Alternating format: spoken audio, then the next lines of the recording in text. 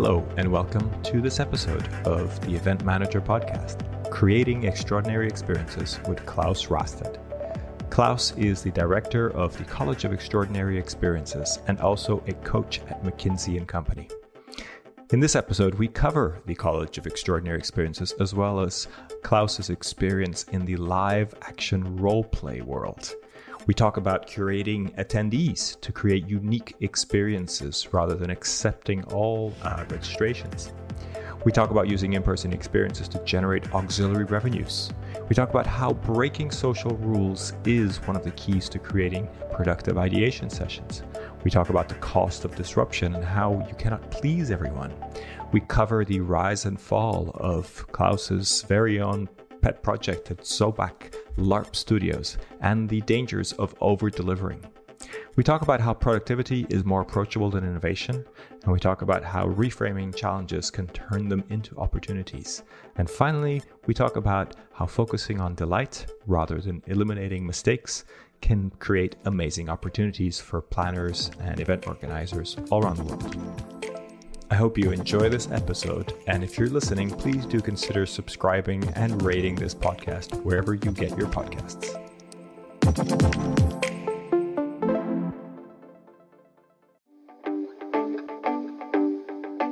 And now for a word from our sponsors, PHL Life Sciences, a division of the Philadelphia Convention and Visitors Bureau. Host your convention or trade show in Philadelphia, one of America's leading life sciences hubs. PHL Life Sciences, the first and only CVB division of its kind, will connect you to the professionals at the forefront of your industry and to a culture you can only find in Philadelphia. A city known for its rich history that's forging a bright future, Philadelphia challenges the expected and defies convention. A world of discovery is waiting. Visit phlife.com to learn more.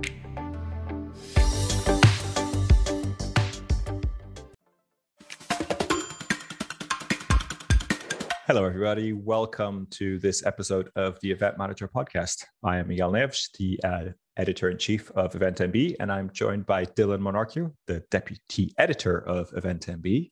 And we have a special guest today, Claus Raasted, coming to us from Denmark as well. How are you, Claus? So, Miguel, you should know by now that never to ask a Dane or a Nordic person in general how they are, because they'll give you a half-hour answer. It'll be truthful, and you'll end up just as depressed as they are. But apart from that, the sun is shining. It's pretty nice. Excellent. My grandfather used to say, never ask a Portuguese person how they are, because they'll tell you. And I think this is a similar thing.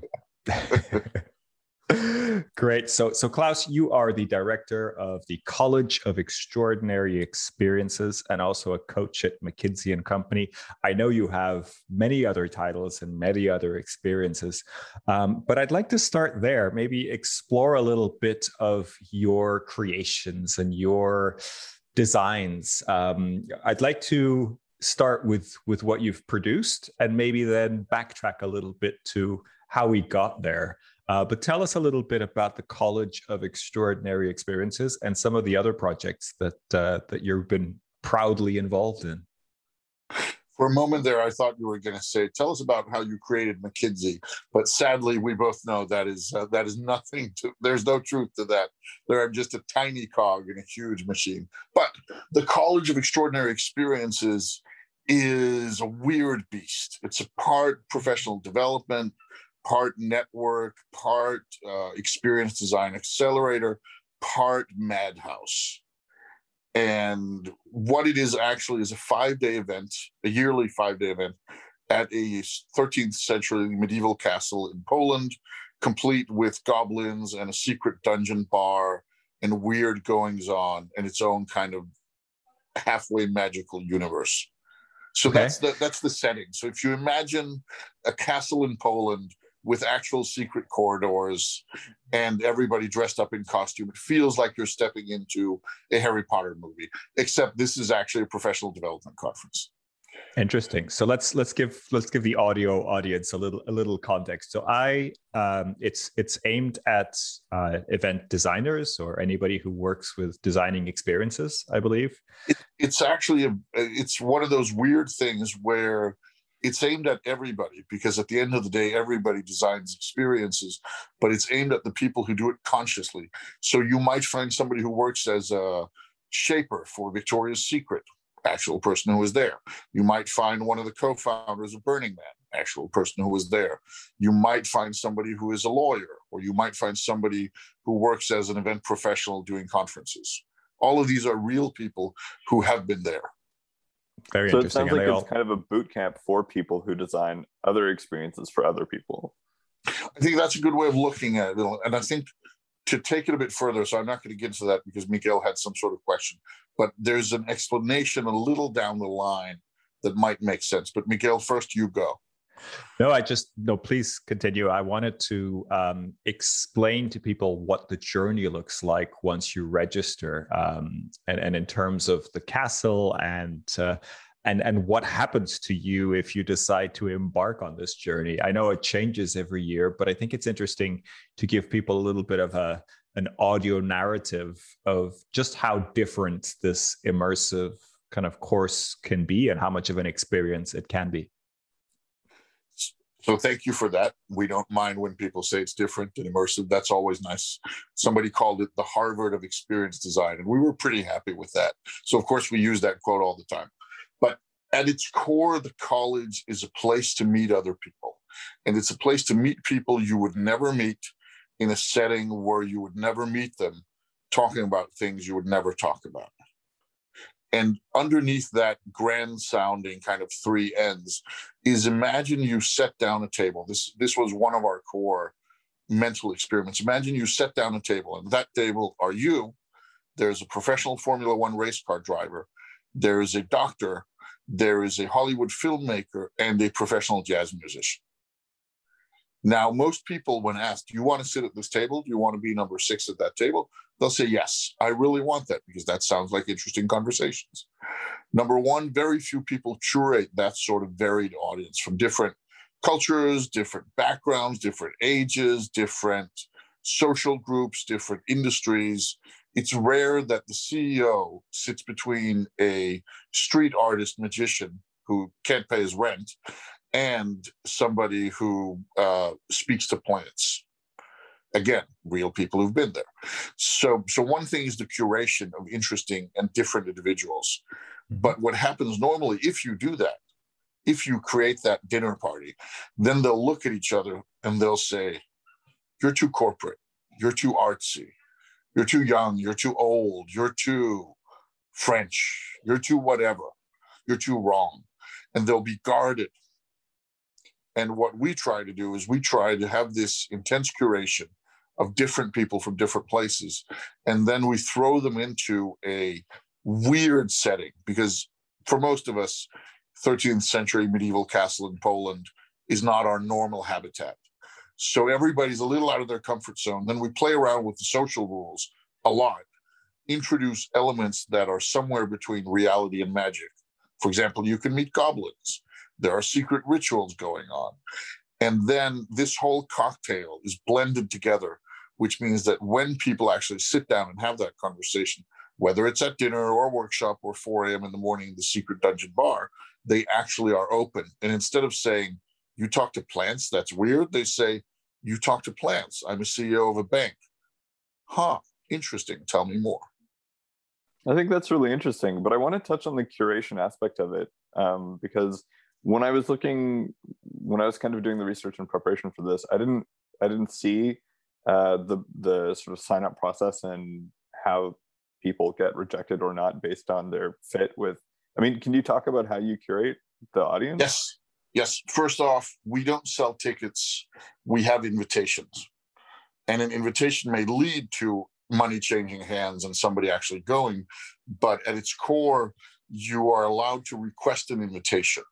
And that leads to an interview. Everyone who goes is interviewed with one of us. And to determine, one, is this person a good fit?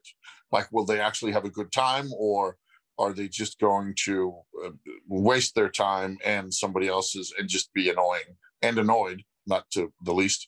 So one thing is for like cultural fit and do they understand the premise, answer some practical questions and so about what can I expect and what can't I expect, but also to find out, will they bring something to the table that's interesting and new? So it's not that we have a problem with having more than one type of person. There can be more than one escape room designer, but we don't want too many.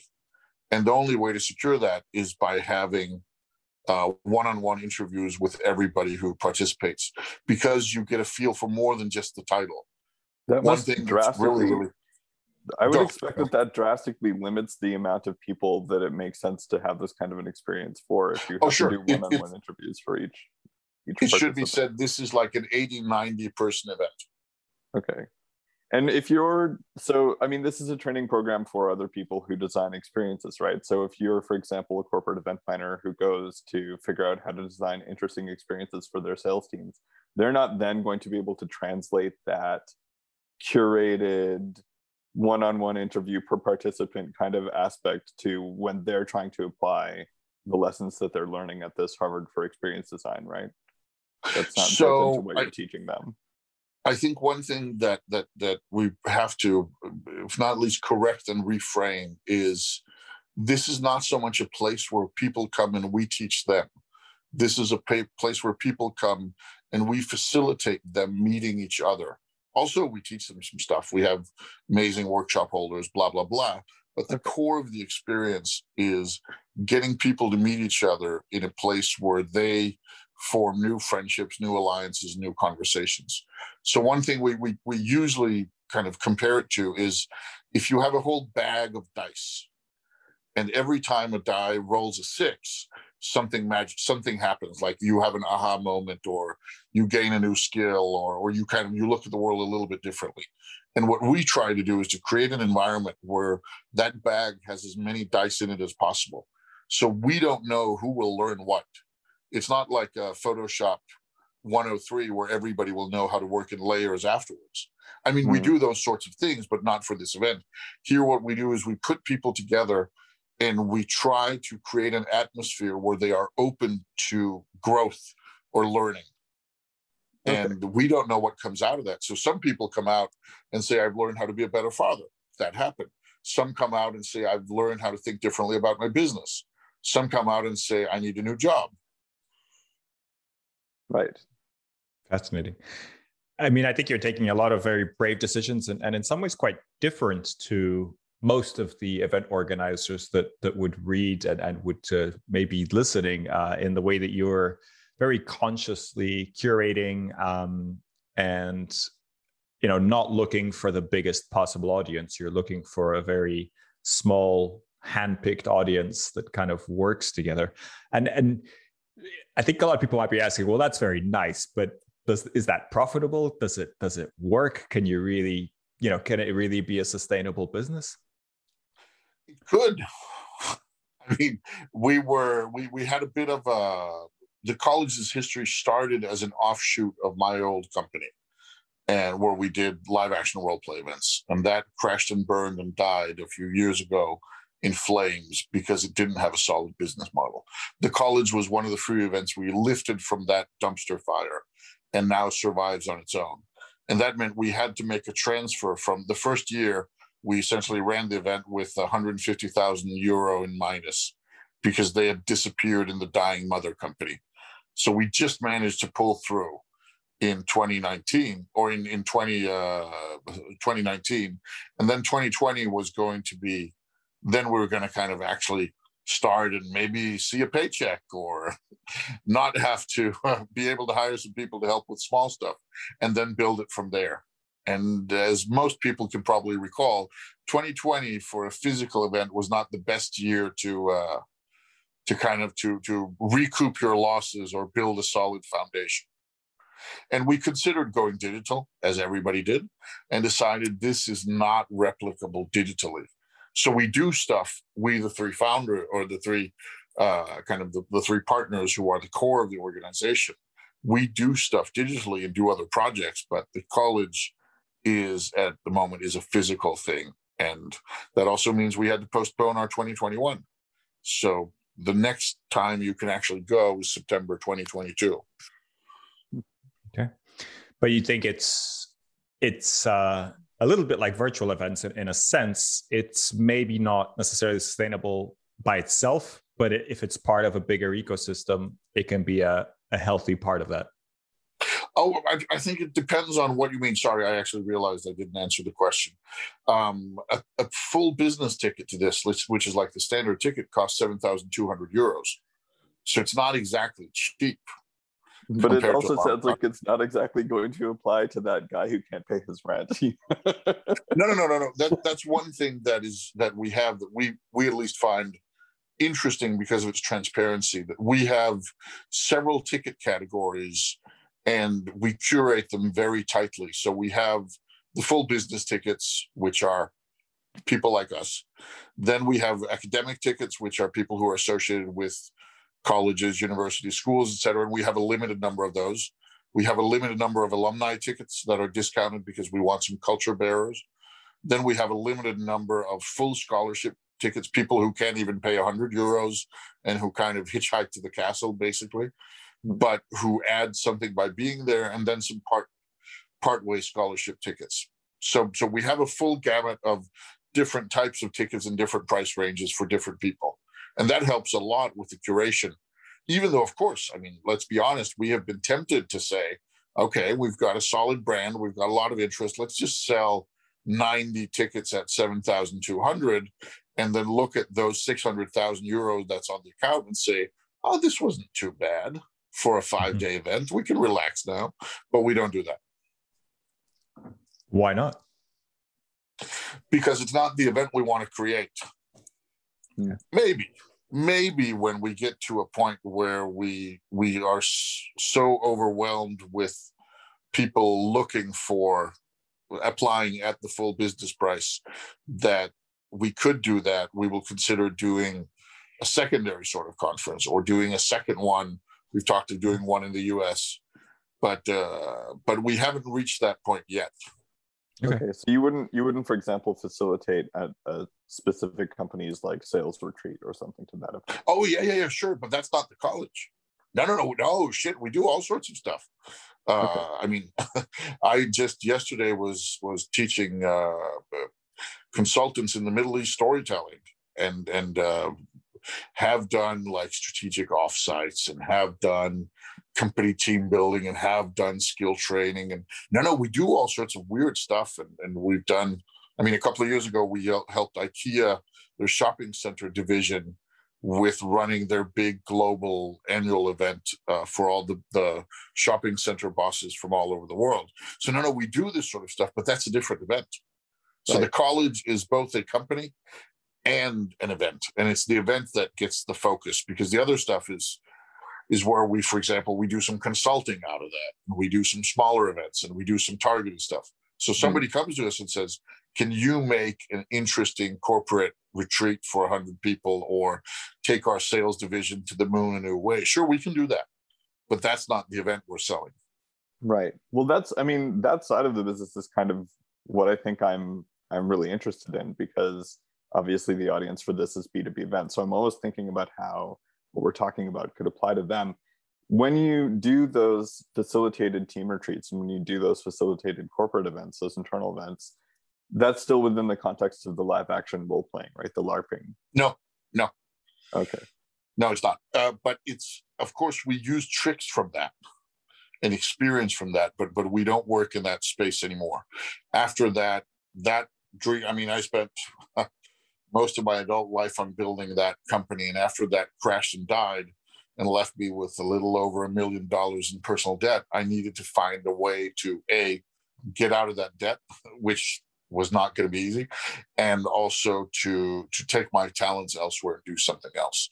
So of course I take that past with me, and we use things and ideas and concepts, but we don't do big corporate live action role play events. I mean, if somebody asked me, I might do one, but it's not what we kind of brand ourselves as. Okay, so what's in terms of the consultative advice for that kind of an audience, what do you bring in from that storytelling background and that LARPing background to apply to a ton of first off, this kind of loose creativity, which is something everybody likes to say they are. Most people are not, and the ones who say they are, they're usually really not either. So we are. No, of course that would be just bullshit to say, but bringing in that sort of different way, not so much out of the box thinking, because what does that even mean? But an access to so many different toolkits that we can effortlessly shift between mental models and say, okay, one moment we're looking at a problem using Martin Seligman's PERMA model from positive psychology. One moment we're using techniques from Nordic live action role playing to create groupthink feel. One moment we're using another thing to break down silos in a company. So we have this insane toolbox that comes from so many different places that it's very rare we come to a place where they've seen all our tools before. And then you'll know this. You come out into a company and they're like, oh, another disc profile interview. Like, yeah, no, we'll do something a bit different. Then they're like, wow, I never thought you could do it that way. And another company would have the exact opposite reaction. So would one of the tools that you mentioned be adventure methodology? Because I remember from your last interview with Miguel on LinkedIn, it seemed like you had been applying this really interesting methodology of learning for people in an academic setting, wherein you were taking sort of general educational fields and then applying that through hands-on learning, couching the education in kind of like a super engaging, interactive first-person narrative that they would play through as a character within that narrative, and kind of embedded in a memorable lasting experience. We use a lot of play and a lot of simulation and a lot of stuff that is kind of on the border of role playing or simple role playing, but without being like the big heavy stuff that we used to do. Okay. So just to give you an example, one of the very simple workshops I do, or shall we call it a simulation, is a half-hour exercise where take like somewhere between 6 and 10 people, and they have to pretend that they are the advertising agency Rockstar Media, and they live within the world of stock photos. We all know stock photos, like, right, these pictures of people in crisp suits and too big smiles and more diversity than is real, even though we'd all like it to be true. We all know these photos. They have a certain kind of feel and a look to them. So what we do here is we put them into the world of stock photos, inspired by an old Finnish role-playing event. And in the world of stock photos, there are 3 social rules that are different from our normal lives. One is everybody's the best. Everything is the best idea. Everybody's just awesome. Number 2, there's no irony. There's no subtext. There's no innuendo. Everybody says exactly what they mean. And number 3 is everything's a world of big gestures and happy smiles and hands on shoulders and looking at that screen and going, wow, and woo, and over the top body language. Now, if you take a group of people, for example, it could be a sales team, it could be a group of CEOs in a network, it could be a leadership group, and you run them through that simple exercise where they're supposed to be Rockstar Media for half an hour and have somebody, either myself or a co-facilitator or even a participant, play a fictional client who comes in and wants an advertising campaign for his new dating app. Then seeing them come to action and seeing them developing ideas and bouncing off each other and having a ton of fun is both fun to watch, but also they come out of it usually and have this like, wow, why are our ideation sessions not like this? It was like I just wasn't afraid of voicing ideas, and it just kept coming, and we came up with good stuff. It was like, well, that's true. It's because we changed the social rules. So instead of sitting in a room looking at each other trying to come up with ideas and constantly kind of beating them to death, you were in a situation where everything was awesome. And that, of course, meant that you felt alibi to come up with new and fresh ideas. Like, okay, we could use that. It sounds like you were able to kind of distill the norm-breaking benefits of role-playing without the lift of creating an entire narrative for it to happen within the context of. You were able to implement a few social rules in a scenario that people could easily follow without creating this whole kind of like costumed theatrical component to it, which is yes, exactly much that. more applicable. We use some of that. Yes, right. Exactly that. And for example, for the event industry, where some people will be familiar, Paul and I were the closing keynote speakers at the EMEC conference in 2017 in Granada, and we also did a masterclass workshop on experience design. And part of that was the participants themselves created a choo-choo train tourist experience where we had 60 participants choo-chooing around as like one big caterpillar train in the common area, pretending to visit the Andes and waving at people. And the rest of the conference, of course, thought, these people must have been mad. Were there drugs in that room? But the people who were there, a lot of them came out and said, wow, I've been in this industry for 20 years, and I just learned a lot of new stuff. Of course, some people came out and said, you are the worst, I will never talk to you again. But that's also sometimes the cost of disruption. I guess you can't please everybody. We at least do not manage to do so. Some might have that skill, but we are not among them. Are you ready to celebrate your successes in the world of meetings and events? The Skift Meetings Awards are back for 2024, recognizing the most innovative business events companies across 15 categories, and we want you to be a part of it. Winners will feature on Skift Meetings, sending a clear signal to events professionals around the world that these are partners they can rely on. The final deadline for submissions is June 11th. We encourage you to start your submission today to secure the best entry rates. For more information and to start your submission, head to live.skift.com. So, Claus, you've talked a little bit about the work that you do and the College of Extraordinary Experiences, and I know you do a lot of other things, but can you tell us a little bit about how you got here? How does Claus Raasted become Claus? Because I think a lot of people might be curious. Reading through your LinkedIn profile, you've done a lot of different education, but it's not like you have degrees in psychology and lots of other things. You've had a lot of really interesting experiences. How does one get there?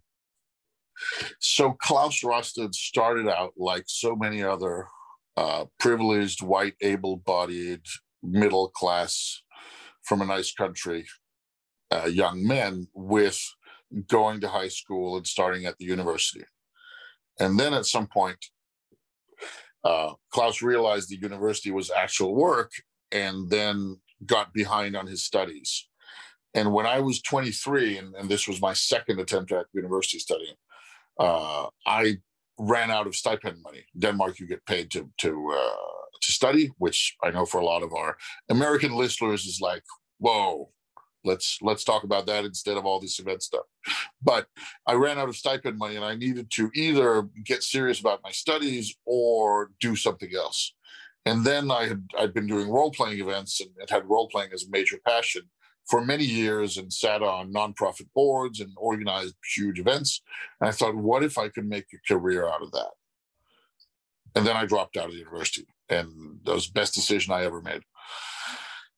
Fast forward 15 years to having built the world's biggest live action role play company and doing insane events at insane locations. And we've gotten worldwide media attention for a Harry Potter event we did. And we're building something new. And I've been one of the pioneers in that space forever and ever. And it sadly all came crashing down in March of 2019, because for all of my skills at various things, it turns out that building a business without a foundation of business is pretty hard. And when you learn those foundations too late, then you may have already been too deep into the quagmire. And I was definitely there. So I went out and propped it up by borrowing money from my network personally. I borrowed more than €500,000 from my network as an individual. And in the end, it all came crashing down. It was built too much on long-term dreams and on long-term plays, and not enough paying rent today to sell the house tomorrow, basically. Sounds like a classic cash flow issue that I think a lot of event organizers also may not So always master. But just to give one example of that will make some of our listeners groan in recognized pain, is when we were at our absolute worst, at the end we cooperated with an American big company that was doing a launch of their new universe, and they hired us for that first event, and then they're supposed to hire us for a bigger event on the West Coast of the US, and that would really help our cash flow plus bring in some money. But they were so happy with the first event that they made the second event, postpone that to do something even bigger. But that meant that the cash flow it was going to bring us suddenly was not there.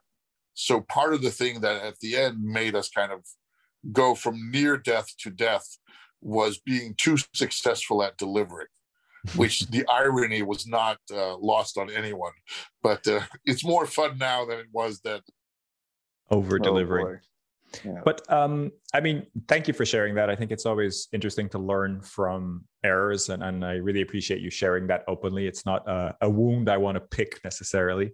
But I noticed, you had recently, you did this series on LinkedIn with 100 innovation keynotes, which I think was really interesting because you didn't wait for anybody to hire you. You just went out and did the keynotes and recorded them yourself. And there was a lot of learnings in the process. And feel free to talk a little bit about that if you want. But what I kind of read into that was... In 100 days, Miguel. In 100 days. In 100 days, exactly. 100 days. One a day, right? That was the important part, which nearly killed me. And that's what I kind of wanted to get to. I find that part of your success is also that you're quite efficient. Right. And it's not like you sat around and waited to plan all these in minutia and got the perfect camera. You went out and did stuff and made sure that there was output for those 100 days. Is that part of how you've achieved the success that you have? And yes, okay, the company crashed and burnt, but you did some pretty amazing stuff in the meantime. Is that efficiency part of what makes it work? So I love that you asked that, because one of the things I'm doing right now as we speak is pivoting yet again. Because for the last half year or so, I've tried to kind of establish myself in the innovation space as an innovation guy. Wrote a book on innovation in October, and my book number 30, by the way, and said I do innovation. Kind of tried to recast my past in an innovation-oriented way, which was pretty easy.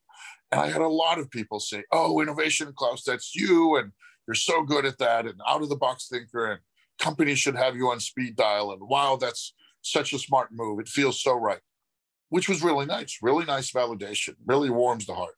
However, turns out that the amount of people who actually wanted to hire me, who said, "I want that," was pretty low. And even the ones who did were mostly for somebody else, for a division, for a group, for a class, for listeners. So I thought, okay, what am I doing wrong here? So then I thought, okay, if I'm not selling innovation, because if that's either too broad or too vague, what about productivity? I have a decent track record there. I've done more than 1,000 live events. I've done 34 books. You'll notice there have been 4 books since October. I've done podcasts, I've done blogs, I've done all sorts of stuff. So I can point to, as you say, this being quite efficient. What if I try to sell that instead? And it turns out that a lot of people came out and said, "Ooh, interesting." Some, of course, said, "You should not work in this space, Claus. This is not for you." But luckily, I can ignore that. Well, it's always good to have people that think opposite ways, right? To sense check everything. But it turned out that quite a lot of people said, "I want this. I personally want to learn your tricks." And then I did, because that's what I do. I did a test. I said, okay, on Monday, I'm doing my first test webinar. And I got 45 signups. And 45 signups, of course, for some people, that's nothing. For some people, that's a lot. The interesting thing was that 1/3 of them were second level LinkedIn connections. So it was people I wasn't connected to, and I was doing this on LinkedIn. It was people who just saw it and thought, this sounds interesting. Mm-hmm. And then after doing that and having identified a bunch of like factors that I feel make me more productive than most people. I've now formalized that and have just launched my first actual paid 4-week course on getting shit done. It's called The Art of Getting Shit Done, and is teaching you 7 different types of powers named after animals, because it might as well be fun. So I'll be teaching people the monkey powers of experimentation and the elephant powers of assistance and yada yada. Well, at the risk of sounding selfish, I'm really interested in what some of those tricks are, and I want to return to something you were saying earlier about incorporating the storytelling aspect of experience design. I'm kind of fixated on this concept of norm breaking as part of your experience design philosophy, and I think it's really interesting because in the example that you gave, it sounds like those.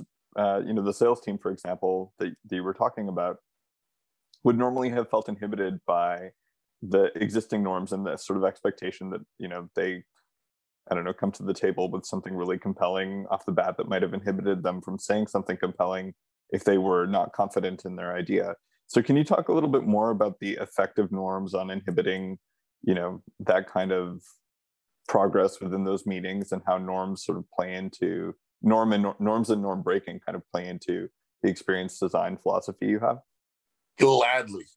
So for the productivity course, which is, as I said, right now it's 4 Mondays, 2 hours a piece. So it's not a big thing. It's more of an intro. It's not going to solve everybody's problems.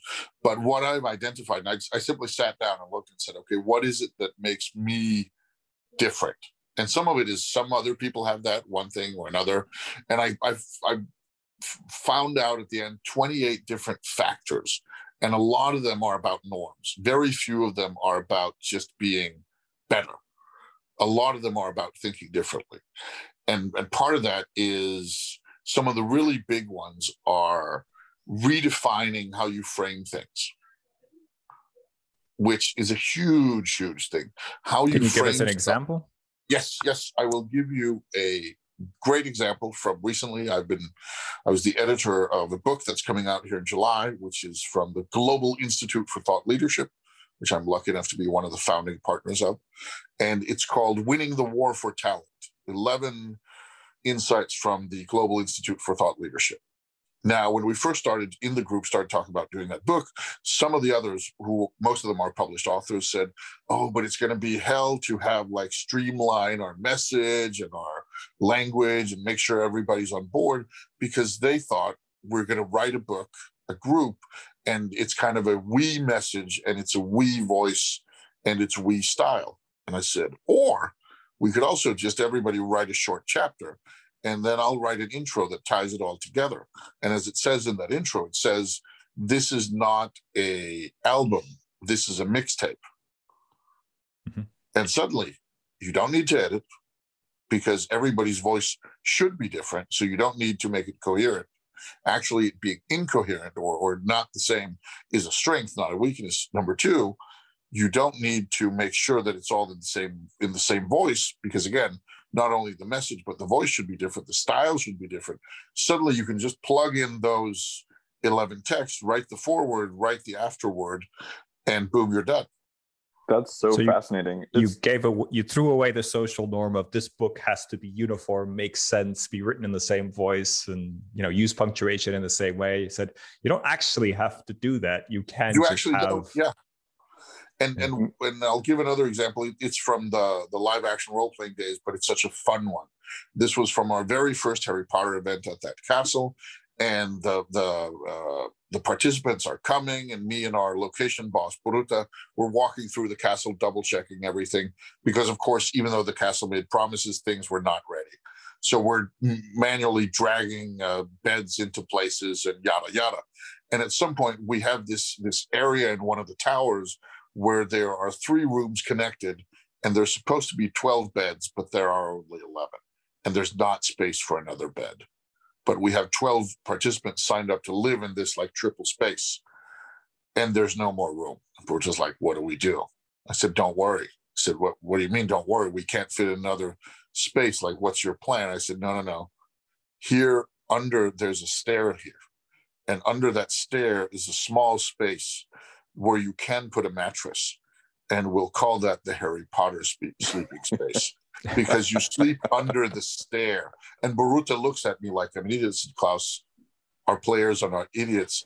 They're not going to buy that. Like, what are you thinking? I said, Boruta, come and learn. Not only will they buy it, they will love it. They will fight over it. And he says, I don't believe you. So the two first players show up who are going to be in that room. And I tell them with a broad smile, I say, hey, welcome, guys. I see you in room K12. Now, since you're the first here, one of you gets to sleep under the stair. There's one in this whole castle. There's one sleeping space under the stair. And you two get to decide which of you two gets it. And they're like, oh, that's so cool. That's so cool. That's so cool. And Boruta just looked at it like his illusions about reality crumbled. I think that's really interesting. And what's really interesting about the norm breaking example that encourages sort of discord and a lack of alignment. I know a lot of team building activities are designed in order to create alignment, and that's definitely when people are looking for culture fit and they're vetting for that kind of thing. Alignment is sort of the name of the game. But we had an event on Wednesday in which Xiaoyan Chu, who's the CEO of Run the World, was talking in a diversity panel about the value of diversity and the value of differing opinions and breaking the pattern and breaking the mold and sort of allowing for different people to be themselves. And this is really kind of resonating with my memory of that, because it sounds like what you're saying is sort of along the same lines, in the sense that there's a value to having discordant opinions and subjecting things to the force of the better argument. And I think that's one thing, but that's of course the thing. And I agree completely with that, because that's been proven now without a doubt that diversity of culture of opinion makes simply for better things in many ways, apart from it sounding moral and nice. However, when I talk about the framing, it's mostly a matter of using framing as a productivity tool. So imagine that we have all these standards we try to keep, whether it's how our lawns look when our mother-in-law visits, or it's how our offices are when our bosses are there, or all these sorts of things that we do because they are expected of us. And a lot of that stuff can be changed. That's one of the 28 tricks is, if you reframe how it's presented, then a weakness can become a strength, just like a strength can become a weakness. And by reframing the task, suddenly sometimes the task no longer exists. And suddenly, instead of having to spend an hour or 10 hours doing a task, if you've reframed it so it no longer exists, well, then you're suddenly pretty productive, because you managed to do what other people spend 10 hours doing. You just managed to do it because you framed it differently. So I'm completely with you on the diversity angle, but here it's more an example of how to use a tool for productivity that's actually not about productivity in itself. It's a kind of resourcefulness in I was going to say it's kind of resourcefulness in bullshitting, but the reality is that No, it's true. But there's a thin line between philosophy and bullshit. Is there? And I don't think anybody knows where that line is. I don't know. I feel like I've read some philosophy that didn't seem like bullshit. But I used to study philosophy at the university. I'll say that the line is sometimes very thin indeed, and it's much more about who presents it than what is actually there. I think that's fair. Which is a reframing in itself as well, right? If you don't know who's presenting something, or if that person is presented in a different way that you're expecting, then does that make them more believable, more credible, or not? I think there's a game to play there as well. Exactly. And I'll give you a different example, which is not about reframing, but which is one of the other tips that I give people, which is about strengthening the arm and sharpening the axe. George Washington, apart from being the first president of the U.S., has this famous quote attributed to him, like, if he was supposed to cut down a tree and he had 5 hours, he'd spend 4 hours sharpening the axe. Now, we can all appreciate that you need to plan and you need to practice and all this sort of thing. Well, that's one part. That's true. We all know this. But another part is what I call strengthening the arm, is that when I got to the university, I had it easier than most of my fellow university people. when it came to reading all this text, because I was used to reading 10, 15 books of fiction per month since I was a teenager.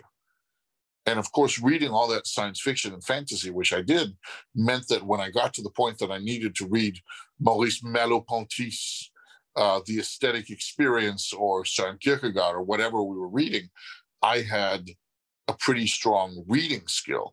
So my reading was simply faster than most of the others, not because I trained to read university stuff, but because I just read a lot of fiction. You'd exercised your reading muscle quite a bit. Exactly. Right? I think... And that meant when I needed it, it was actually pretty damn strong. And that gave me a huge advantage in high school as well. Just being able to, we did one of these tests in high school. I remember that in one of the first weeks about reading comprehension, how you scored on this. Did you understand 100 words per minute or 500 or whatever it was? And my reading level at that point, my reading speed was off the chart. It was literally over the maximum that you could score, because I'd read all these things that had nothing to do with school. Yep. Well, so I wanted to kind of bring that back to our listeners, to event managers, to the events world. And I know you organize events, or you're part of the team that organizes events, or it's part of what you do. But could you tell me, are there any kind of frustrations that you have when you organize events, when you come into a venue or something like that? And something that you could maybe give people some advice on, if there's a reframing or anything that could help in that sense? Yes, there is one. And I will now speak directly to you, dear listeners.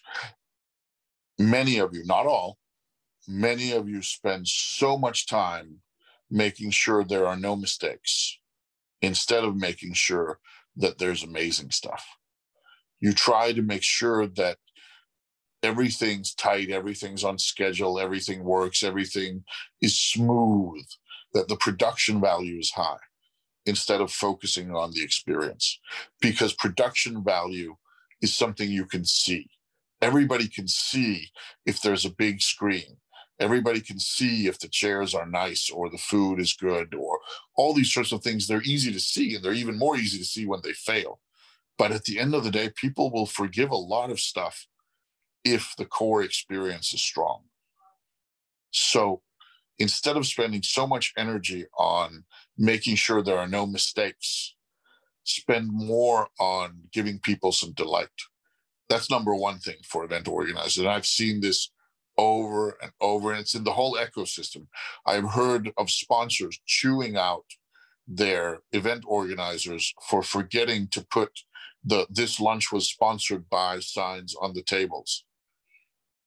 Is that really what the event is about? No.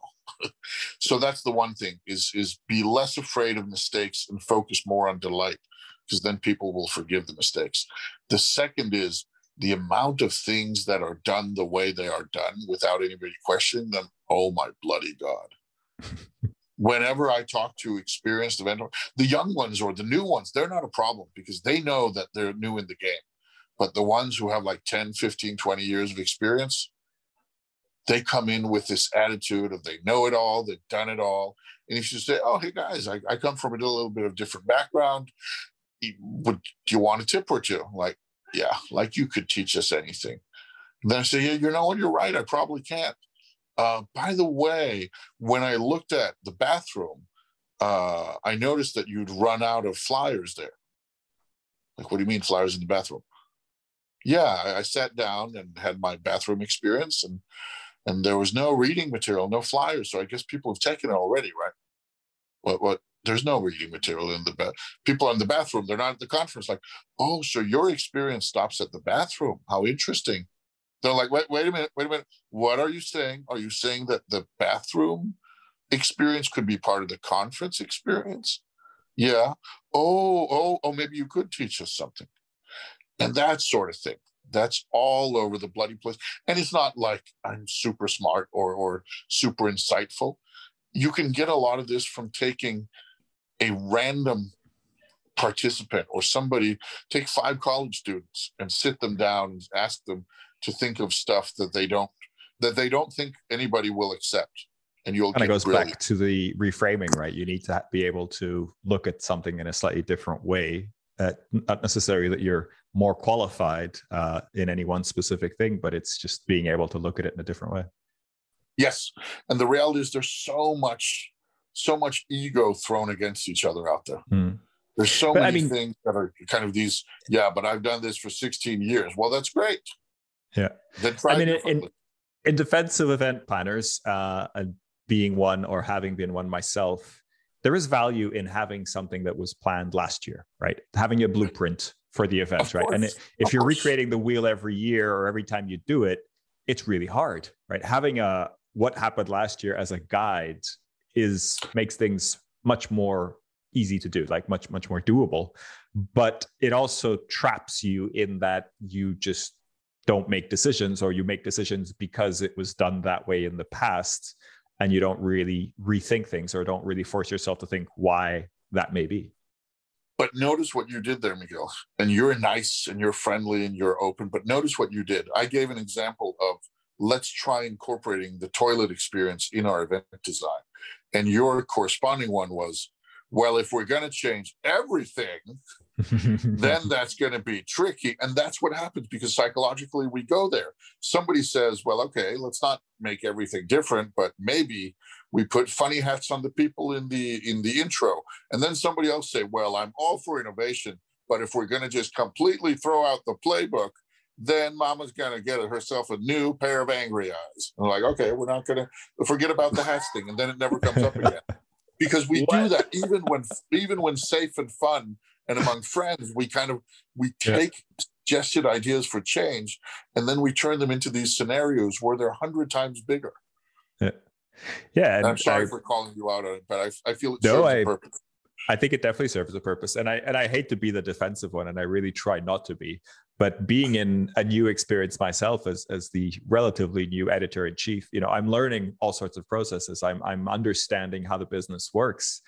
And I ask a lot of stupid questions, and I'm not afraid to ask those questions. But sometimes it's good to ask questions and to stop processes and go, hey, let's see if this works, or why is this working this way?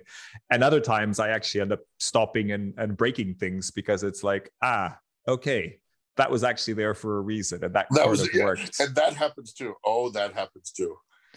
And I think a lot of it is this mindset of, on one hand, experience counts. Experience really counts. When somebody comes to me and says, Klaus, could we not do it this way? Then I'll say, this is number 240 time.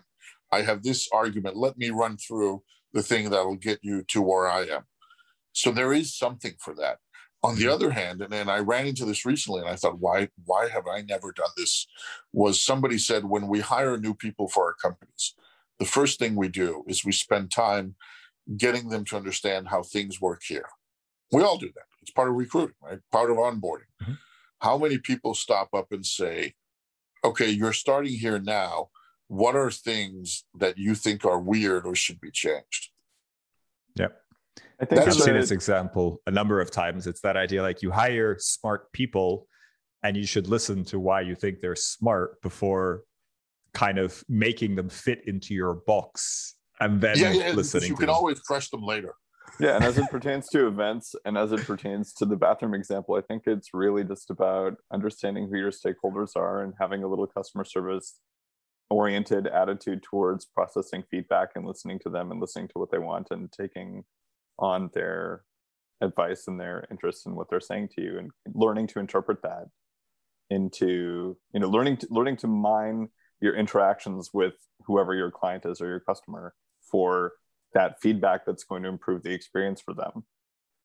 Definitely. And sometimes just trying out stuff and making sure that it's not that problematic, that it's that you don't burn down the farm if you fail. I mean, let's say we take this conference and we now suddenly do a design for the toilet experience, and it turns out people feel that was a bit much and they like their freedom there. They don't want Miguel's face staring at them saying, what are 3 takeaways you've had so far? Tell somebody when you come out of the toilet. Maybe they think that's a bit too much. Then you don't do it again. Then you do something different. Then you laugh at it. So I think that one thing that is really, really hard to build, but is worth its weight in gold and platinum, is a culture of experimentation. And Everyone talks about that. Very few people have it. What they have is a culture of experimentation until things work, and then they stop. That's really interesting. It's that design thinking, right? You got to, the process has to keep evolving. You can't just experiment once and then be like, okay, we experimented and this is what we came out with, and that's it. And now we stick with this. Yeah, and that happens over and over.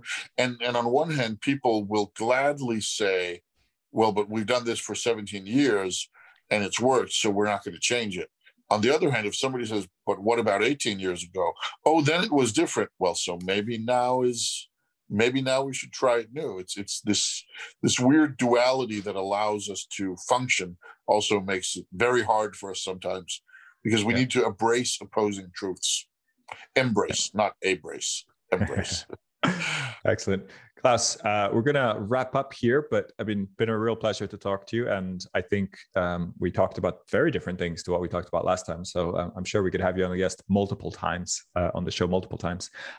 What I want to ask you is what we're asking all our guests, and hopefully we'll connect the dots soon, is if you could recommend someone that we should have on the podcast.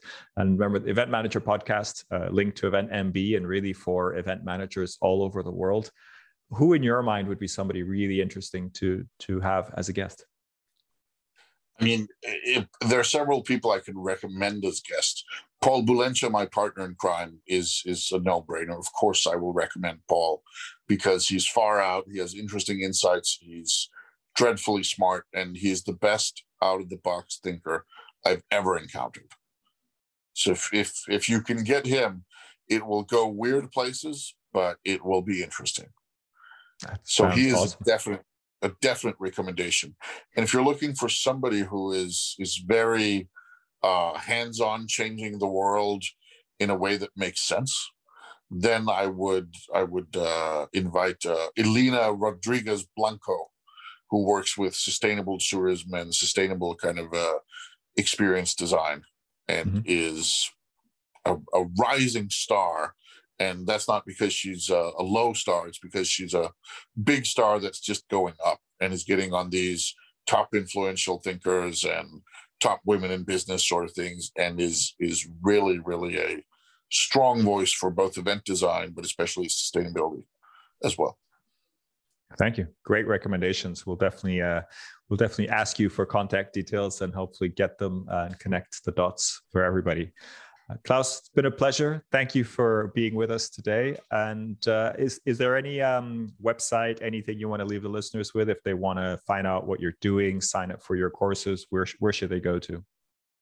So, I mean, I'm one of those weird people. There is only one Klaus Raasted, for better and worse. And I have a pretty solid digital footprint. So Google me and you'll find a rabbit hole of stuff that is both interesting and not interesting and really, really weird. Maybe some of it's even useful. But a good place to start is take a look at one of the 100 keynotes in 100 days. And those are on LinkedIn. One of those, yeah, they're on LinkedIn, they're on YouTube. If you don't like one of those, then you're probably not going to want to hear me talk about other stuff. That's a great entrance into the Klaus world. I like it. Thank you very much. Wrap up there. Klaus, it's been a pleasure. Thank you very much on behalf of EventMB, and we'll see you soon. See you soon. Thank you. Thank you for listening to this edition of the Event Manager Podcast. Please subscribe and rate the podcast wherever you get your podcasts.